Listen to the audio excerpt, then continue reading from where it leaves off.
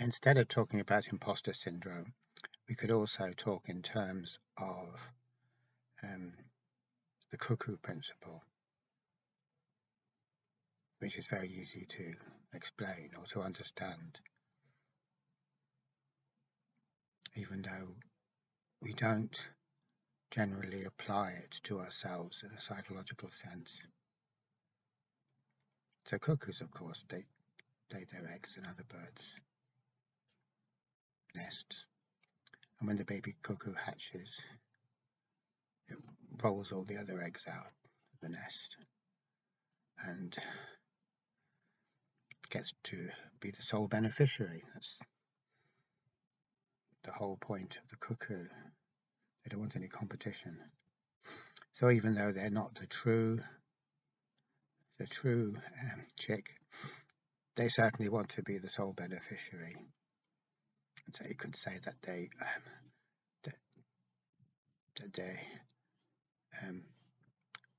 get rid of anything that stands in between them being the total beneficiary of the feeding activity of the parent birds or the mother bird.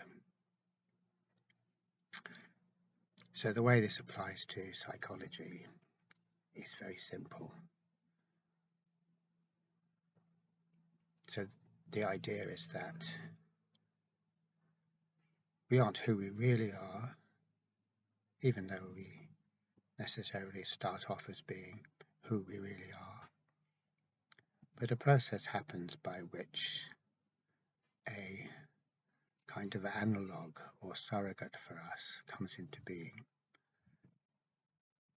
And this analogue or surrogate reaps all the glory, it gets all the benefits, it shoulders who we really are out of the picture, out of the nest. It gets rid of every last sign of it. So then what happens, and we don't know this, of course, because we're just identifying with whatever identity is there. Whatever identity is there, we will identify with it. We won't question and say, is this the right identity for me? Because that's not how identities work any more than it's how beliefs work. The point about a belief is not to question it, and that's how it gets to be a belief. It's a point of honor. You don't question your belief, because if you did, you wouldn't be a believer. And we wouldn't be a believer, and it wouldn't be a belief. So that's that. Not questioning is the key. Identity is the same as a belief. It's a belief about who you are. So the first point to make is that the way we develop is that a surrogate identity springs up, and we can go into why this would happen later on, and it clamours. It makes a lot of fuss. It is very, very demanding on us. It's got a loud voice. We can't ignore it very easily. And so we feed it. And because we feed it diligently, not realizing that we shouldn't feed it, because it's not us, but an interloper, it gets bigger and bigger and bigger. And bigger it gets, the greedier it gets, and the stronger it gets, the more established it gets. So that's the conditioned self. That's how the conditioned self works. The conditioned self isn't an intrinsic part of our nature. It's just something that has been brought about by conditions, by programming, or by beliefs. And so obviously we don't feed the conditioned self with small grubs and worms, because that wouldn't be any good to it. But the way we feed the conditioned self is by doing what it wants, by acting upon its whims, its desires. So the conditioned self says, I want, and we respond to this instantaneously. Of course, the reason we respond to it is because when the conditioned self says, I want, we think it's us that want it, but of course, that isn't at all true. So there are these two levels going on these two levels of what you could call calling out. This isn't probably the best way to put it, but we could say that the conditioned self is raucous and noisy and loud and demanding and shouts so loud it rules out everything else. So this is the noisy voice, the boisterous voice, the demanding, hectoring, bullying, cajoling, etc., etc. We all know that type of voice. If thwarted, the voice becomes even more bullying, hectoring, cajoling, condemning, critical, all that kind of nasty stuff. Now, if you saw a person, a human being, coming out with all that stuff, you'd stay away from them, because nobody likes coercive, manipulative, bullying, selfish people. Of course we don't. We learn to stay well away from them. But that is exactly what the conditioned self is. It gets to be the sole beneficiary by being so clamorous, by not having any other virtue at all, and certainly not having the virtue of authenticity. It gets to be the sole beneficiary of our attention by bullying us and shouting and making a lot of fuss and promising us stuff and enticing us to do stuff. Pure manipulation. So that's one level of listening to what's within us. They're listening to the calls that are going on. So beneath this, there's a much quieter voice. And this is, we could relate it to what is said about the conscience, that greed or fear speak in very, very loud voices. But if we were to be careful enough and observant enough, we would hear the voice of our conscience, which goes in a different direction entirely. So this is the quiet, still voice. And of course, it doesn't have to be our conscience. We can call it anything we want. We could say that it's the voice of true nature, or we could say it's a more spiritual voice. Whichever way it is, it's not bullying. It doesn't get its own way by bullying, by coercion. So it's not forceful in that way. But it doesn't need to be, because it's actually coming from a true place. So it doesn't have to bluster and bully like a wretched politician. It doesn't have to do that. It's not a liar. Only liars have to bluster and bully and threaten and all the rest of it. This is absolutely, very evidently the case with all human beings. Every human being does that. It's because they're not coming from a place of truth. If they are being honest, they don't need to do all that rubbish. Of course they don't. Now, there might be quiet and we might not. We might prefer to totally ignore them, and we always do totally ignore people who are honest and speak the truth, whether it's wanted or not. But that's how it works. And of course, who we really are becomes weaker and weaker as we lavish more and more attention on the surrogate self, the self-construct, the conditioned identity.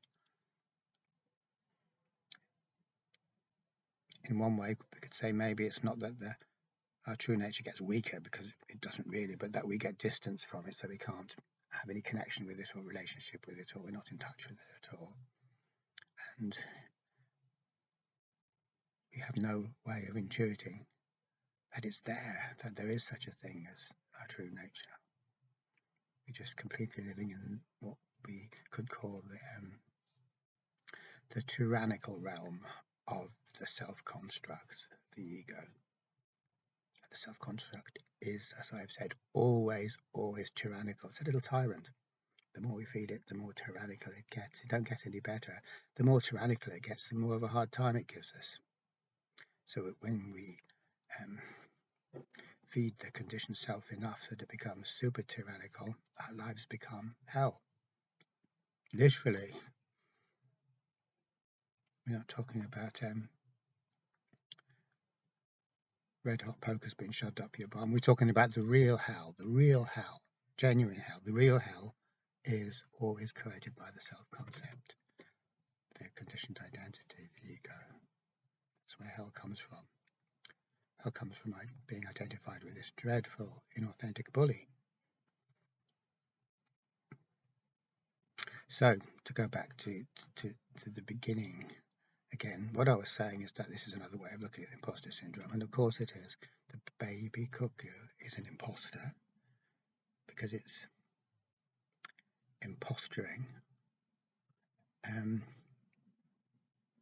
authentic baby bird. It isn't the authentic bird, but it pretends to be, and it presses all the right buttons. And so, in the case of the cuckoo, the surrogate parents look after it until it's big enough and developed enough to fly away. And we're exactly the same with the conditioned ego.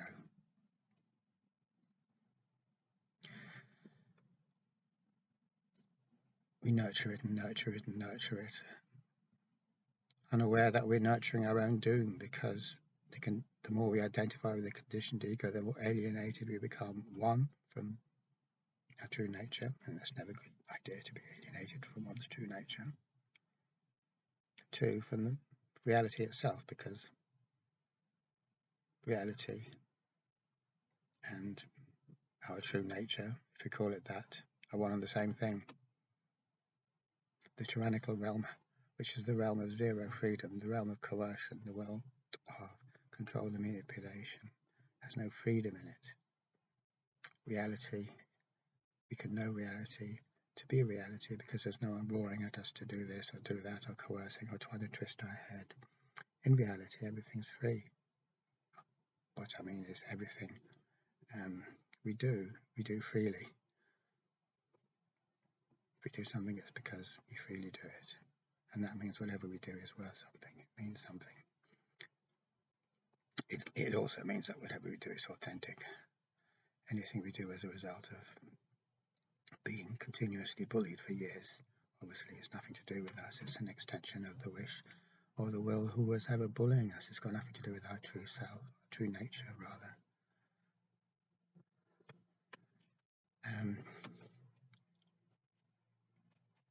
So this is a very interesting idea, and it has a whole heap of ramifications, particularly when it comes to mental health, because we're all thinking that, well, for a start, we can say that further down the line, the conditioned self gets bigger and stronger and more alienated from reality, gets more solipsistic, narcissistic, gets more closed off from the world. Therefore, our suffering grows, because when we're cut off from reality, there's nothing there but suffering. And the only remedy for this suffering is to get back in touch with reality, or to get back in touch with our actual nature. And that's the one thing that's never going to happen as a result of listening to the conditioned self, because the conditioned self and reality don't get on. The conditioned self and our true nature don't get on. That's why the conditioned self threw the true nature out of the nest before it got a chance in the first place, because if it is there, it will be shown up for what it is, i.e. a greedy imposter. And the more time we spend nurturing this greedy imposter, the worse the situation goes. But as it happens, we never see the imposter for being an imposter, or if we do, it's at the end of a very long process of suffering. So what I was trying to say there, or what I was about to say, is that we can relate mental ill health to the fact that we are identified with the imposter. So we're acting on the imposter's behalf the whole time. Obviously, that's an example of mental ill health. And that's like, that's reminiscent of what Wei Wu Wei says when he says, "What's your problem? Mistaken identity." And Wei Wu Wei has definitely mastered the art of putting everything into succinct little sentences. He doesn't waffle on and on and on. And that succinct little statement says it all, really. What's your problem? Mistaken identity. Do we understand that? No. Are we likely to understand it any time in the near future? No. Why not?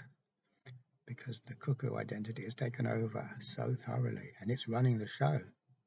And it doesn't want to have messages like that flying around the place or being understood. So instead of that message, it throws around its own type of messages, which are clamorous, coercive, seductive, bullying. And when we're responding to all these type of messages, which are either threats or promises, then there's no time left for us to go any deeper. And what's more, we are frightened of going any deeper because the sense of identity we have got is actually based upon a lack of freedom. It's based upon a world in which there is nothing but the tyranny of the ego, or the tyranny of threats versus promises. So actually we're afraid to go deeper because we're identified with a shallow or superficial sense of who we are. And that shallow or superficial sense of who we are cannot survive if we go any deeper, so we don't want to go any deeper. So we imprison ourselves in that case, willingly, enthusiastically, and we put a lot of energy into it. So that's one way of looking at mental ill health. But it's a way you're not going to be able to put it across to people in such a way that they can spend much time, that they will spend much time listening to you, even though it's very, very simple to understand. It's not like quantum mechanics or really obscure philosophy or physics or anything like that. It's dead simple. It's just that we just don't want to know it. We don't want to hear that. We definitely don't want to hear that. Maybe one day we will be ready to hear it, but on the whole, we're not particularly ready to hear it at the moment. So the next thing is allowing the fact that we don't see this, we don't see the identification with an imposter or possession by the persona, as Jung puts it, which is the very same idea, really. So that when we talk about mental health, and when people do suffer from difficulties in mental health, we try to rescue the imposter, we rescue the cuckoo self, the conditioned identity. So we try and make the conditioned identity better again, which is what we do, even though the conditioned identity is the root cause of our problems. That's what we do. Nobody can deny that. Everything is aimed at helping the conditioned self, because that's who we think we are. So that's a pretty major thing to put us wrong. That kind of puts us wrong. The wrong puts us in the first place. Because of course, no matter how amazingly good our healthcare systems are, if they're all about rescuing the cuckoo self, the imposter, i.e. the sense of self which the system has put in us and given to us so that we can believe that's who we are, then the better we are in technical terms of rescuing and fixing that false sense of self, the more terrible it is for us. But not terrible for the system, of course, because the system relies on us being able to believe that we are this conditioned self that it tells us, or that it has implanted. It is always possesses us, whichever way we want to put it. It relies on us absolutely identifying with this identity, and it also relies on us being able to function so that we're not suffering a whole load of mental pain and distress, because we'd start questioning things if that happened once the pain and distress carried on long enough. That would make us drop the poker. It's kind of like you pick up a hot poker, you'll drop it very quickly because it's too hot and it's hurting you. We will do the same thing with the conditioned identity if it causes us enough pain. So that's only when we fix the conditioned identity, it won't cause us so much pain anymore, and then the system is benefited, but we're not benefited.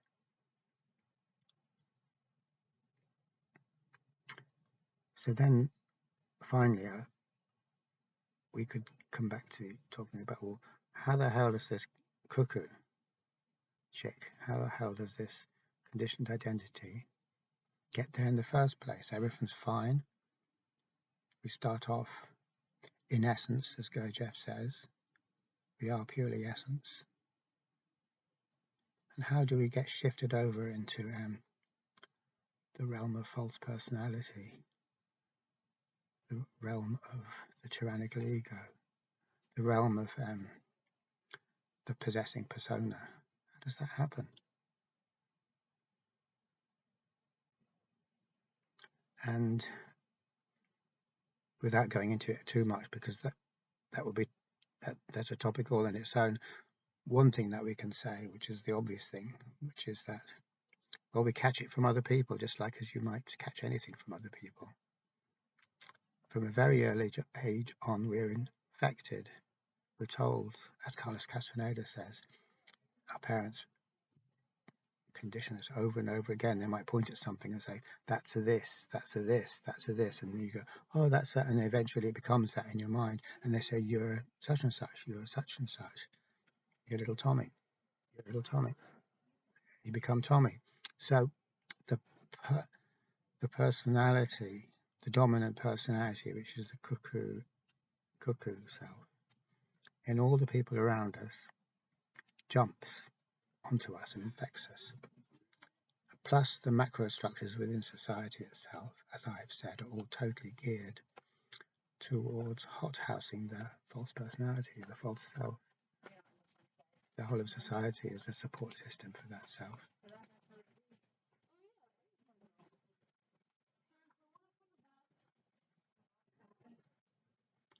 And by the same token, whenever the true nature, true individuality shows itself, it's punished, both from other people and from the structures of society itself. So that once the whole thing gets started, it all goes down one road. It all goes down the development of the conditioned identity, and the chances of who we really are showing itself get less and less and less. And that's essentially how it works.